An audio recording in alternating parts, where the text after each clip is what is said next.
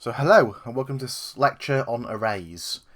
Now arrays and dictionaries, as we'll see in the next lecture, are actually types of variable, but they get their own lectures because they act in a bit different kind of a way. So a variable array basically is something that can hold several pieces of information or values in one variable. So far in this course we've defined a variable and set it to a value. In an array it can be several different values for that one variable. Think of it as an array of holding several passwords, login passwords. So rather than having to create an array for each member of staff, for example, with a different login, which would be very messy if you had a big company, you could really just create all that into one array. And here is how you do it. So again, it's simple as before. It's var, I'm going to call this array password. And then for arrays, you put things into square brackets. So first of all, I will create a string with hello. Then I will have goodbye, I don't know why. Then I will have fresh, and there I'll put ocean. I'll leave it there, I think. If any of you listening to this are psychology students and you're asked to create 4 random words, maybe there's something in this: hello, goodbye, fresh and ocean. I've got no idea why I've picked those, but there you go, that's how my brain worked and that's what came out. So that is an array. Now it holds 4 different values in this array called array password. So again, like before, just print array password, and that should do so when we run the play button here. So you can see all the values that's in an array, and there you go. But how do you reach just one of those values is probably the question you're asking now. Well, it's like this. You can print array password, and then again in square brackets, say something like 3. So that means the third value in that array. So we'll just do that.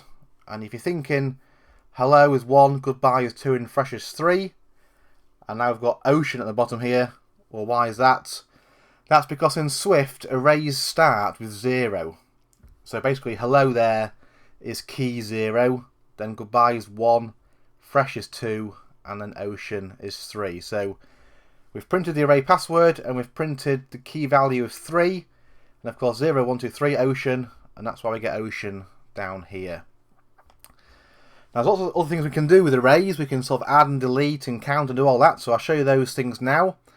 So the first one to show you is how to add something to the array, and again it's nice and easy. Array password dot append, and then again just in perhaps in speech marks here, we're going to write in eagle.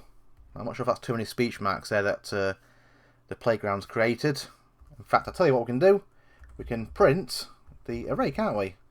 And then see if that has actually added eagle to that array. So hopefully we should get, yes, hello, goodbye, fresh, ocean, and now we have eagle. So that's how you add something to an array. Now if you wanted to move something from an array, then you would do it like this. Again, just call the name of the array there, the variable created. And this time, rather than, of course, append, it is, as you might have guessed, remove. And if you look at the options there, you can remove an integer, you can remove all and things like that. So let's just remove at an integer. So let's say at position number 1, which therefore should be hello. So again, if you go to print array password, let's now see if that now removes hello from our array. I'll just press play, sorry, goodbye. Now, that's good, mate. I made a mistake, haven't I? Hello, of course, is key 0, and goodbye is key 1. So I did that on purpose. I'll leave that into the edit. So that's a good example there of just making a silly mistake. And of course, when you are building apps, it is amazing how many silly mistakes you make and how many sleepless hours you end up stressed about it because you can't find it, and it's something as silly as that. But there you go. We'll move on to something else here. So how about counting something in an array? So how many values in an array? As you can see, if it's an array of passwords, it could get bigger and bigger. So how many do we actually have? Well, it's just this, of course, array password dot count. Then that will count how many arrays are in there. Again, if you press stop there and play, and hopefully it should come up with 4 because we've obviously deleted one of them, and there you have it. It's number 4 down there. You can also sort an array, so you can sort it. Here we have strings, don't we? So it'll sort alphabetically, but it'll also sort numerically as well. So for example, if we just go to array password dot sort, and you'll need the 2 brackets at the end there, as you can see. And again, let's now print the array password, and again we'll see what happens now.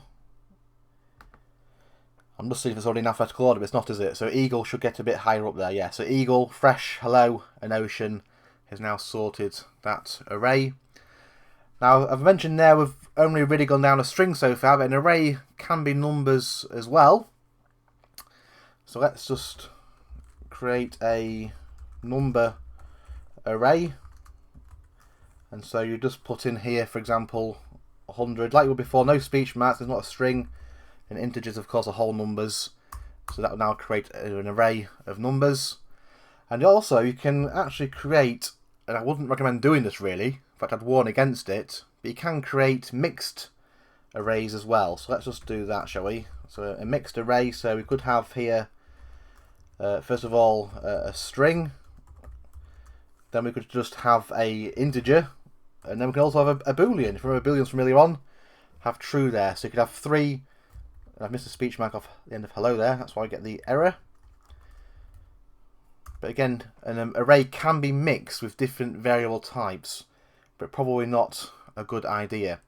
In fact, as you can see here, you also need to have any on the end. So that's something that's new to Swift 4 and 5 actually. In previous versions of Swift, you don't need to as any onto the end. You probably saw me do this early on actually, but you can also create a empty array. So let's do that. And of course you can also do this with strings as well, just haven't done that before. So you can just have the 2 square brackets. So you can have an empty array. So first of all, it's got nothing that's in it. And it's asking for a type here. So how would you do that? We do it like this. You would type in string and then 2 brackets. So we're creating an empty array, and it's asking, well, actually, what do you want to put in the array? Do you want it to be booleans, strings, integers, floats, doubles, etc., etc.? So we can actually define what goes into that array by putting their string in the square brackets and then the 2 curly brackets at the end. And then, of course, with an empty array, so you've created at the start of your code in your app, say, and of course later on as users get added to the app, then you'd obviously append items into it. And finally, in our password example, we can also define really, or see what's actually in that array and see if it contains our password or not. So let's just give that a try now then. So let's say var password. I don't think I've used it anywhere else, have I, so far in this playground. And then we'll create an array here. So let's say hello and goodbye, and I'll just do one more. So we'll leave ocean off for some reason, but there you go. So we have an array of our passwords. So we've got 3 users now. One user's password's hello, one's goodbye, one's fresh. And we can do this. If password, which is that variable we've just created there, dot contains now. So that's a different one to learn. And then some open brackets and speech marks. If it contains the word fresh, for example, then we want some curly brackets for our if statement. And we can say something like this: print logged in. And I'm sure we just have the else on because we're getting used to this now. We're writing else all the time, so let's just do that. You might as well. Else, we can print that the login has failed. There you go. So let's just run that code there and see what it comes up with. And it says we have logged in. So what we're saying here, look, we're saying our password. We've got 3 passwords: hello, goodbye, and fresh. And if we're saying, look, if that password field contains this word fresh, so that's what basically the user entered now onto the login screen. So imagine the login screen, they've pressed their password in there, and that's where it writes it into the code. So they've typed in the word fresh, and actually fresh is part of the array. And of course, then I can log in, else print failed. So let's just put something else in there. So now it's not part of the array, and hopefully now it should print that we have failed to log in. And there we have it, we have failed. So that was quite a quick introduction really into arrays. As I say, lots of things you can do with them really. So you can create ones with strings, ones with integers, numbers, floats, etc., booleans. You can have mixed, you can print them, you can print a certain value in them, you can add to them, sort them, delete them, and all these wonderful things that you can do. So it's quite a good skill to have and how to use arrays. And so now it's time for your challenge.